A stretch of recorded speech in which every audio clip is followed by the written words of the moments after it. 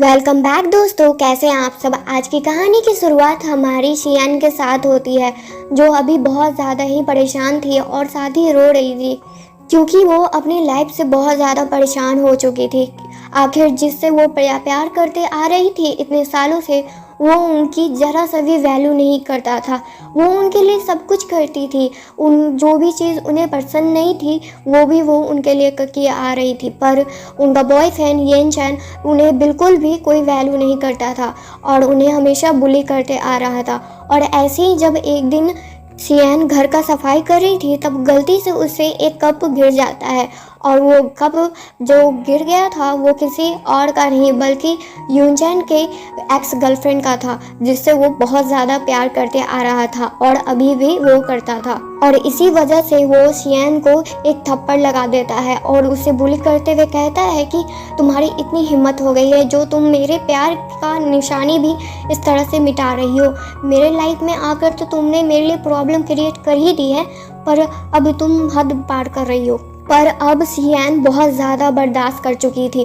वो अब अपना हिम्मत जितना भी था उसके पास वो टूट चुका था बर्दाश्त करने का, और वो उससे कहती है कि बस हो गया बहुत, और अब मैं तुम्हारे साथ नहीं रह सकती हूँ। जब तुमको मुझसे प्यार ही नहीं है तब मेरे पास कोई भी रीज़न नहीं है तुम्हारे साथ रहने का। और उसे अलविदा कहकर और कभी भी नहीं मिलने का बोलकर वो वहाँ से चली जाती है रोते हुए। और अब शियान अपने मम्मी पापा के घर पर आई हुई होती है, जहाँ पर वो जाने से पहले ही पार्किंग लॉट में वो प्रोफेसर ड्यू से टकराती है, जो बहुत ज़्यादा ही हैंडसम थे और हमारे इस कहानी के मेन लीड भी हैं। और प्रोफेसर ड्यू शियान का हालत देख रहे थे, पर वो उनसे ज़्यादा कुछ कहते नहीं है, पर शियान उनका इशारा समझ चुकी थी और वो अपने चेहरे को देखती है जहाँ पर वो थप्पड़ का निशान भी था।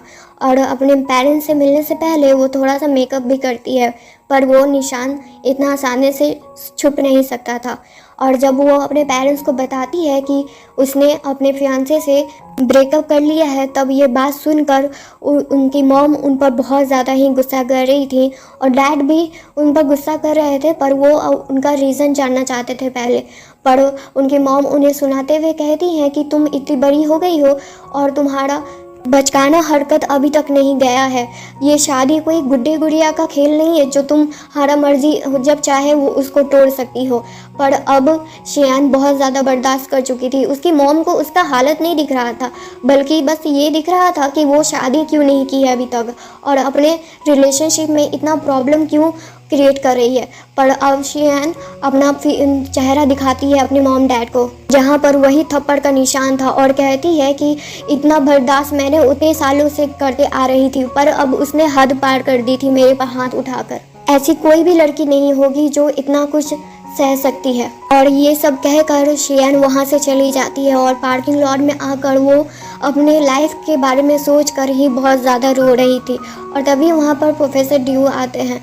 प्रोफेसर ड्यू तो शियान से कुछ कहना चाहते थे, पर शियान उन्हें अपने लाइफ के बारे में कुछ बता नहीं पा रही थी। और जब वो वहाँ से जाने लगती है, तभी उसकी दोस्त का उसके पास मैसेज आता है कि यूनचैन की एक्स गर्लफ्रेंड वापस देश आ चुकी है अपने, और यूनचैन उससे मिलने गया है। और ये सब देखकर शियान बहुत ज़्यादा और उदास होती है। उसने अभी कुछ देर पहले ही उसे ब्रेकअप किया था, पर वो इतना ज़्यादा ही शेमलेस है कि वो अपने ब्रेकअप से ज़्यादा वैल्यू अपनी एक्स गर्लफ्रेंड को देता आ रहा था। और उसी समय शियान प्रोफेसर ड्यू को शादी के लिए प्रपोज कर देती है और कहती है कि क्या वो उनसे शादी करेंगे। और जो बात सुनकर प्रोफेसर ड्यू उनसे बस एक ही सवाल कहते हैं कि क्या तुम श्योर हो और क्या तुम इस बात से कभी रिग्रेट नहीं करोगी। और जैसे ही शियान उनका जवाब देने वाली थी उनके सवाल का, उसी समय प्रोफेसर ड्यू कहते हैं कि इतना जल्दी ज़रूरत नहीं है जवाब देने का, मैं तुम्हारा कल सिविल ब्यूरो में 10 बजे वेट करूँगा।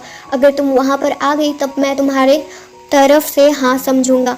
और अब कल का दिन देखते हैं, जहाँ पर प्रोफेसर ड्यू सिविल ब्यूरो में शियान का वेट कर रहे थे, और तभी वहाँ पर शियान आ जाती है और उसे देखते ही प्रोफेसर ड्यू को अपने पास्ट के बारे में याद आता है, जहाँ पर वो कॉलेज में थे और शियान एक कॉलेज स्टूडेंट थी उस समय। और उसी समय प्रोफेसर ड्यू उससे पहली बार मिले थे और अब शादी उन दोनों का पूरा हो जाता है। और अब कार में देखते हैं जहाँ पर शियान उन्हें बताती है कि आपको तो पता ही होगा कि मैंने शादी क्यों की है, भली मेरे इस शादी करने के पीछे अल्टर मोटिव है, पर मैं आपसे प्रॉमिस करती हूँ कि अगर आपको मेरी वजह से कभी भी कोई प्रॉब्लम हुआ तो आप मुझे बेझिझक बता सकते हैं और मैं उसी समय आपको डिवोर्स देने के लिए रेडी रहूँगी, बिना कोई प्रॉब्लम की रेट किए बिना।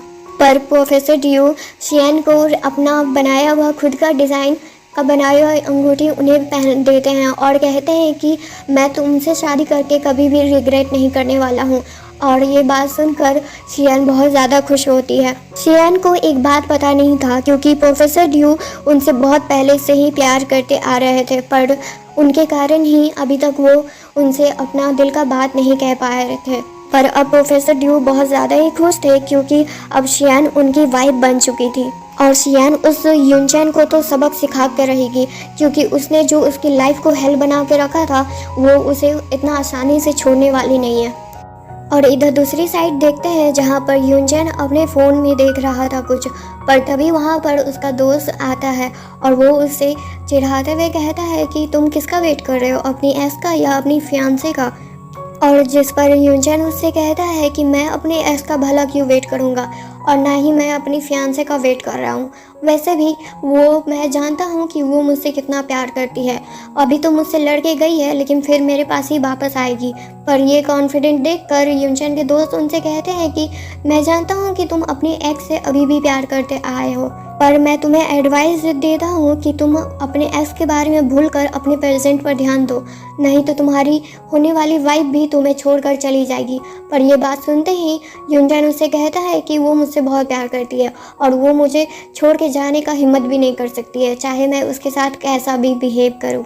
और तभी वहाँ पर यूनचैन का सेक्रेटरी आता है और वो उसे बताता है कि मिस शियान ने अपने वेडिंग का सारा शेड्यूल कैंसिल कर दिया है। और ये बात सुनकर यूनचैन बस इतना ही कहता है कि वो बस मुझ पर गुस्सा है इसलिए ऐसा हरकत कर रही है। और इधर दूसरी साइड शियान अपने हस्बैंड के साथ अपने न्यू हाउस को कैसे सजाना है उसके बारे में बात कर रही थी क्योंकि वो अपनी वाइफ का ड्यूटी बहुत अच्छे से निभा रही थी। और प्रोफेसर ड्यू तो अपनी वाइफ के लिए बहुत खुश थे क्योंकि उनकी वाइफ शियान थी और आज वो उनके साथ है जिनसे वो बहुत सालों से प्यार करते आ रहे थे। और प्रोफेसर ड्यू शियान से प्रॉमिस करते हैं कि वो एक बहुत अच्छे हस्बैंड बनेंगे जो उनसे बहुत प्यार करता है और उनकी केयर भी करता है, उनकी रिस्पेक्ट भी। फिर उसके बाद वो दोनों अपने घर के लिए शॉपिंग करके जब घर पर आप पहुंचते हैं तब वहाँ पर पहले से शियान के मॉम डैड वहाँ पर थे और मॉम डैड को देखते ही दोनों ही बहुत ज़्यादा घबरा जाते हैं और अपने मैरिज के बारे में जो बताने वाले थे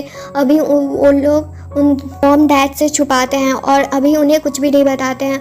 मॉम अपने कल के बातों के लिए शियान से माफ़ी मांगती हैं और कहती हैं कि मुझे इस बारे में कुछ भी नहीं पता था कि तुम्हारे साथ यूनचैन इस तरह का बिहेवियर करता आ रहा था और तुम्हें इस बुली करते आ रहा था, पर तुम चिंता मत करो, मैं उसके पेरेंट्स से बात कर ली हूँ जो बहुत फ़ोन करके मुझे परेशान कर रहे थे, पर मैं ये शादी अब तुम्हारे और उस बदमाश के साथ कभी भी होने नहीं दूंगी। और उधर दूसरी साइड जहाँ पर प्रोफेसर ड्यू डैड के साथ गेम खेल रहे थे तभी डैड उनके हाथों में मैरिज रिंग देख लेते हैं और कहते हैं कि तुमने कब शादी की, जिस पर प्रोफेसर ड्यू उनसे कहते हैं कि आज ही मेरी शादी हुई है। और जब डैड उनकी वाइफ से मिलने के लिए बात करते हैं तब प्रोफेसर ड्यू अपनी वाइफ के तरफ देखकर कहते हैं कि वो अभी शाय फील करेगी आप लोगों से मिलकर, मैं उसे बाद में आप लोगों से मिला दूंगा। और फिर उसके बाद मॉम डैड के साथ प्रोफेसर ड्यू भी वहाँ से जाते हैं क्योंकि अगर वो नहीं जाते तब मॉम डैड को भी उन पर शक होता। और उनके जाते ही वहाँ पर शियान की दोस्त आती है जिसका नाम लिली है और वो उनकी बेस्ट फ्रेंड है। पर जो भी कुछ शियान के साथ यूनचैन ने किया है उस बारे में सुनकर वो शियान पर ही अभी गुस्सा कर रही थी क्योंकि उन्होंने उसके हालत के बारे में कुछ भी उनसे बात नहीं कही। जो बात सुनकर शियान उनसे सॉरी भी कहती है और कहती है कि आगे से वो एक भी बात उनसे नहीं छुपाएगी। और उसके बाद शियान अपनी शादी के बारे में भी उन्हें बता देती है। और तभी वहाँ पर प्रोफेसर ड्यू भी आते हैं पर उन दोनों को बात करते हुए अकेले छोड़कर वो किचन के साइड चले जाते हैं। और प्रोफेसर ड्यू को देखकर लिली कहती है कि ये तुम्हारे हस्बैंड है, मैं तो बहुत ज़्यादा खुश हूँ कि तुम्हारा हस्बैंड इतना हैंडसम है और इतना केयरिंग भी लग रहा है मुझे। और लिली आगे बात करते हुए कहती है कि तुम चिंता मत करो, मैं उस बदमाश यूनचैन को अच्छा सबक जरूर सिखाऊंगी। और शियान उसे यूनचैन का दिया हुआ रिंग भी दे देती है और कहती है कि इसे उस यूनचैन को दे देना। पर लिली जाते जाते शियान से कहती है कि अपने मैरिज नाइट के लिए अच्छे से प्रिपेयर रहना। पर ये बात सुनकर शियान बहुत ज़्यादा शाई फील करने लगती है। फिर उसके बाद लिली एक क्लब में जाती है जहाँ पर यूनचैन अपने दोस्त के साथ ड्रिंक कर रहा था और लिली उसके सामने ही एक वाइन का बोतल को तोड़ते हुए कहती है कि तुम्हारी इतनी हिम्मत हो गई है जो मेरे शियान पर हाथ उठाओगे तुम, वे भी बस एक कप के लिए। तुम्हें ये करते हुए जरा सा भी शेम फील नहीं हुआ अपने ऊपर? और वैसे मैं तुम्हारे लिए बता दूं कि अब शियान की शादी हो चुकी है, तो तुम्हारे लिए अच्छा हो यही होगा कि तुम अपना ये रिंग पकड़ो और उसकी लाइफ से अब दूर रहो, नहीं तो मुझसे बुरा तुम्हारे लाइफ में कोई भी नहीं होने वाला है। पर ये बात सुनकर यूनचैन को जरा सा भी उसकी बातों पर बिलीव नहीं हो रहा था कि शियान शादी कर ली है और उसे अभी भी लग रहा था कि उसकी दोस्त बस उससे बदला लेने के लिए ये नाटक कर रही है और उसके साथ शियान भी मिली हुई है, क्योंकि उसकी वो अपने ऊपर बहुत ज़्यादा ही कॉन्फिडेंट था कि शियान उसे कभी भी छोड़कर नहीं जा सकती है। और लिली के जाते ही यूनचैन का दोस्त उसे कहता है कि तुम्हें अब अपनी फियांसे को मनाना चाहिए। अब ये कह सकते हैं कि वो अब तुम्हारी फियांसे भी नहीं रही। जिस पर यूनचैन उससे कहता है कि वो बस मुझे जलाने के लिए और मुझसे बदला लेने के लिए ये सब कुछ कर रही है। मैं उसे अच्छे से जानता हूँ, मुझे छोड़कर कहीं नहीं जाने वाली है। और उधर ही दूसरी साइड उसी रात को शियान अपने हस्बैंड को नहाते हुए देखकर उसे बहुत शाय फील हो रहा था और वो सोचने लगती है कि शायद आज प्रोफेसर ड्यू उसे उसके साथ नाइट स्पेंड करने के लिए कहेंगे। पर प्रोफेसर ड्यू अपनी वाइफ को उस तरह से देखकर एक स्माइल के साथ कहते हैं कि तुम चिंता मत करो, जब तक तुम मुझे अलाउ नहीं करोगी मैं तुम्हारे साथ कुछ भी नहीं करूँगा। और अपनी वाइफ के साथ टाइम बिताते हुए वो रात भी निकल जाता है। और अगली सुबह जब प्रोफेसर ड्यू अपनी वाइफ के लिए और अपने के लिए ब्रेकफास्ट बना रहे थे तो तभी उनके पास उनके ब्रदर का कॉल आता है और वो उनसे उनकी शादी के बारे में पूछ रहे थे कि ये अचानक शादी करने का रीज़न क्या है। जिस पर प्रोफेसर ड्यू उन्हें अभी कुछ भी नहीं बताते हैं और तभी वहाँ पर शियान भी नीचे आ जाती है और वो बिना शियान के कोई सवाल करते बिना ही वो अपनी वाइफ को बताते हैं कि वो अभी अपने ब्रदर से कॉल पर बात कर रहे थे।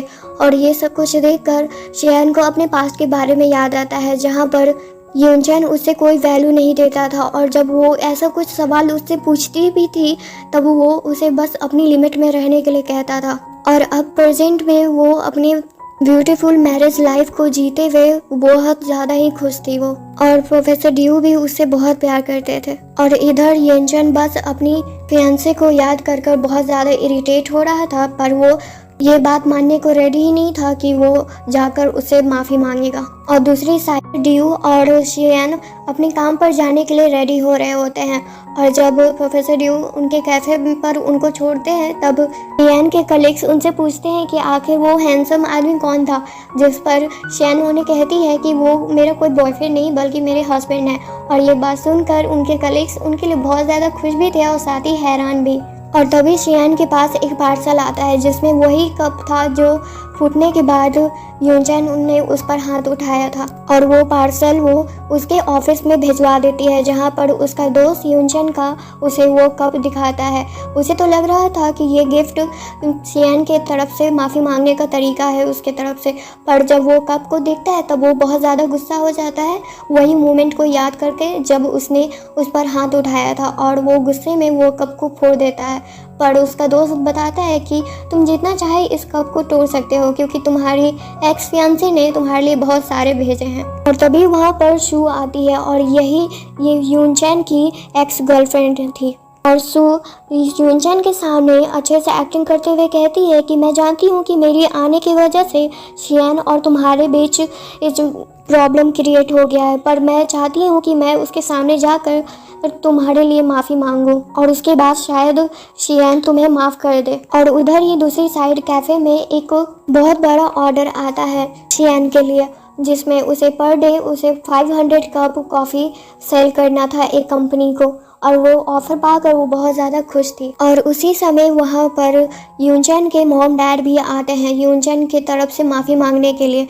पर सियान उनके मुंह पर सीधे कह देती है कि वो वापस यूनचैन के पास नहीं जाने वाली है कभी भी, और ये शादी अब कभी भी नहीं हो सकती है क्योंकि ये ब्रेकअप उसके लिए बहुत अच्छा था। और यूनचैन के मॉम डैड के जाने के बाद वहाँ पर यूनचैन और सू भी आते हैं और सियान से माफ़ी मांगते हुए सू उससे कह रही होती है कि मेरी वजह से ही तुम दोनों के बीच में बहुत प्रॉब्लम हुई है, इसके लिए मैं सॉरी हूँ, पर क्या तुम वापस यूनचैन के लिए नहीं आ सकती उसके पास। पर ये नाटक देखकर सियान बहुत ज़्यादा गुस्सा कर रही होती है वहाँ पर और कहती है ये सब तमाशा करना बंद करो, मुझे ये सब तमाशा अपने कैफ़े में देखने में कोई भी इंटरेस्ट नहीं है। फिर उसके बाद सियान उन दोनों का इंसल्ट करती है, पर अपना इंसल्ट देखकर सू बहुत ज़्यादा गुस्सा कर रही थी, पर इस बात से भी उसे गुस्सा आ रहा था कि यूनचैन उसके लिए कुछ भी नहीं कह रहा है उसके साथ। पर यूनचैन उससे कहता है कि मैं यहाँ पर बस कॉफ़ी ऑर्डर करने आया हूँ, जिस पर सियान उससे कहती है कि मैं तुम जैसे लोगों को कॉफ़ी सर्व नहीं करती हूँ, तो यहाँ से निकल जाओ, अच्छा यही होगा तुम्हारे लिए। और सियान जानबूझकर अपने हस्बैंड को उसी समय कॉल करती है और उससे बहुत प्यार से बात कर रही होती है, और ये देखकर ये यूनचैन बहुत ज़्यादा गुस्सा कर रहा होता है और वहीं पर अपना रिंग उसके सामने फेंक कर कहता है कि ये रिंग का वैल्यू तुम्हारे सामने कुछ भी नहीं है।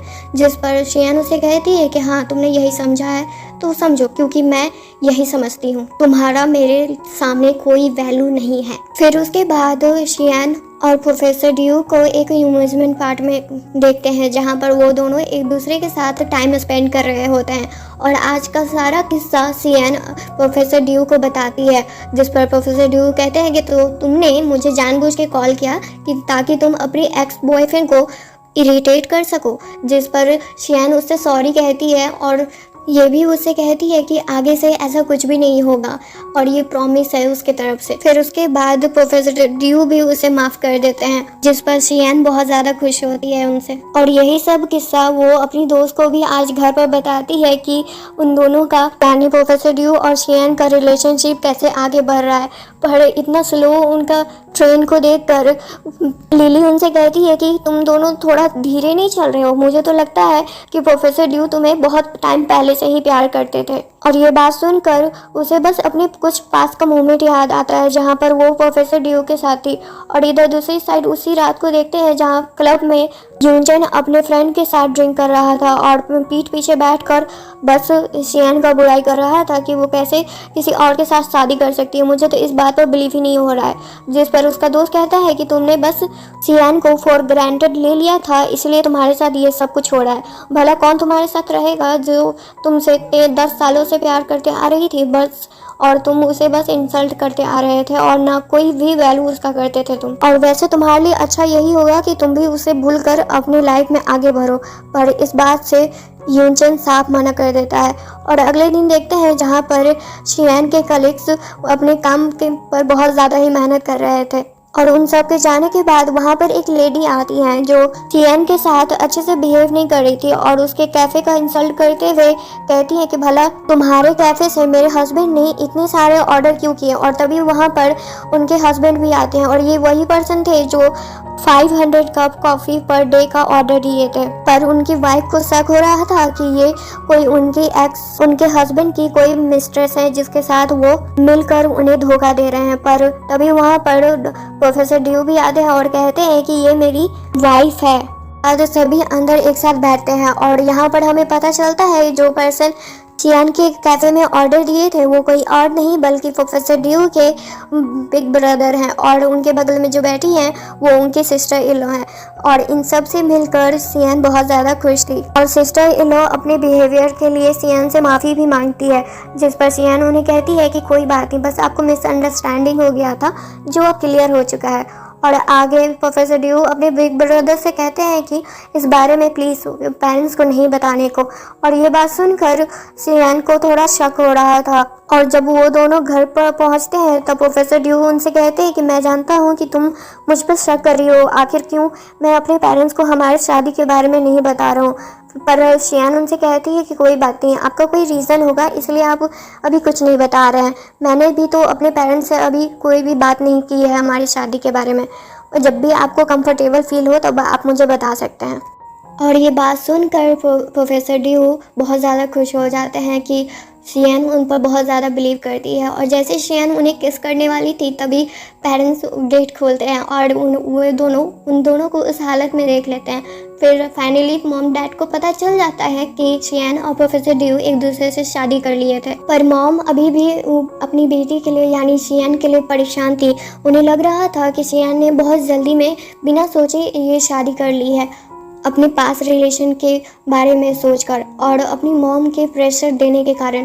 पर शियान उन्हें समझाती है कि उस पर कोई भी प्रेशर नहीं है, वो अपनी मर्जी से प्रोफेसर ड्यू से शादी की है। और प्रोफेसर ड्यू भी उन्हें समझाते हैं और कहते हैं मॉम डैड को कि वो शियान की पूरी रिस्पॉन्सिबिलिटी लेंगे और उनका हमेशा ध्यान रखेंगे। और मॉम डैड भी अब अपनी बेटी के लिए बहुत ज़्यादा खुश थे कि वो अब फाइनली अपने मैरिज लाइफ में हैप्पी है और खुश है। और जब मॉम डैड उनके सर्टिफिकेट का फ़ोटो ले रहे थे तब शियान और प्रोफेसर ड्यू भी एक दूसरे का फ़ोटो मतलब एक साथ लेते हैं और अपने सोशल मीडिया पर पोस्ट कर देते हैं।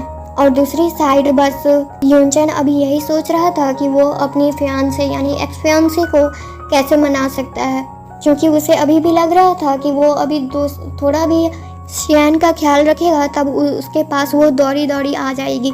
और उधर घर पर ही वो शियान के लिए मैरिज ड्रेस देख रहा था। पर उनकी मॉम बताती है कि तुम उसके बारे में भूल जाओ क्योंकि वो शादी कर चुकी है। और ये बात सुनकर यूनचन उनसे कहता है कि वो बस नाटक कर रही है, मुझे बस जलाने के लिए, और आप उसकी बात पर भरोसा मत कीजिए।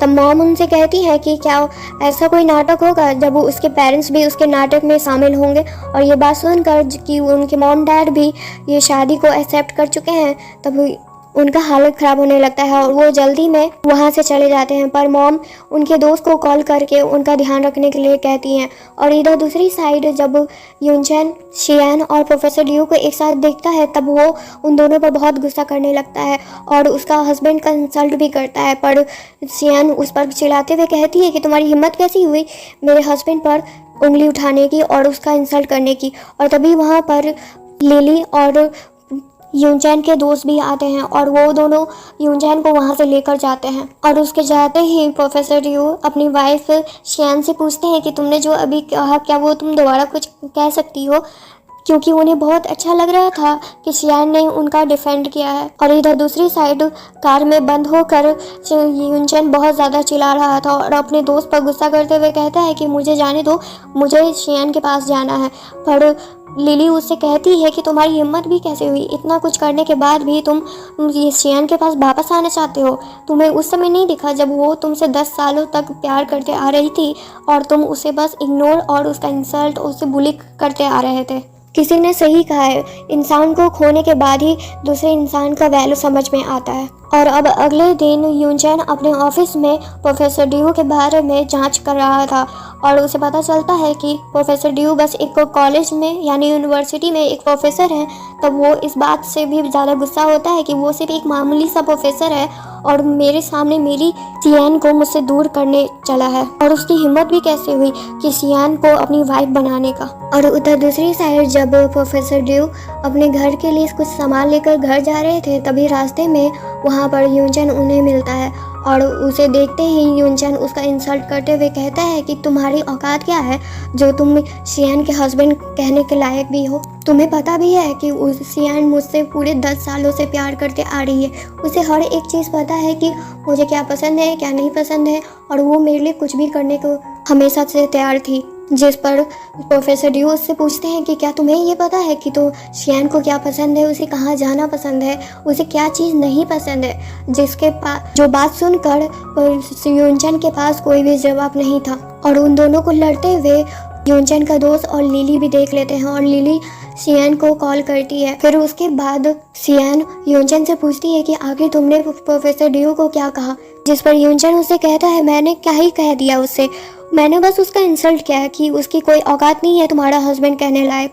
और ये बात सुनते ही उसे बहुत ज़्यादा गुस्सा आ जाता है और वो सीधे यूनचैन को एक चाटा खींच कर लगाती है और कहती है कि वो मेरे हस्बैंड है और मेरा प्यार भी है अब। और उसके बाद यूनचैन वहाँ से चली जाती है और उनके दोस्त उन्हें कहते हैं कि अब तुम्हें भूल जाना चाहिए, तुम्हारे लिए वही अच्छा होगा, क्योंकि जब तुम उसको अपने पास रख सकते थे तब तुमने ऐसा कुछ भी नहीं किया।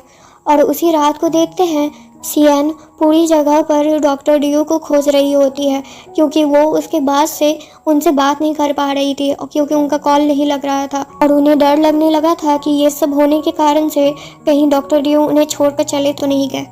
पर तभी वहाँ पर डॉक्टर डियो उनके सामने आ जाते हैं और उन्हें देखते ही सियान बहुत ज़्यादा खुश होती है उन्हें गले लगाकर कहती है कि वो उनका कॉल क्यों नहीं उठा रहे थे, और जिस पर डॉक्टर डियो उनसे कहते हैं कि तुम्हें केक खाना था ना, तो मैं वही लेने गया था और मेरे फ़ोन का बैटरी शायद डेथ हो गया था, इसलिए उस कारण से मैं कॉल नहीं उठा पाया।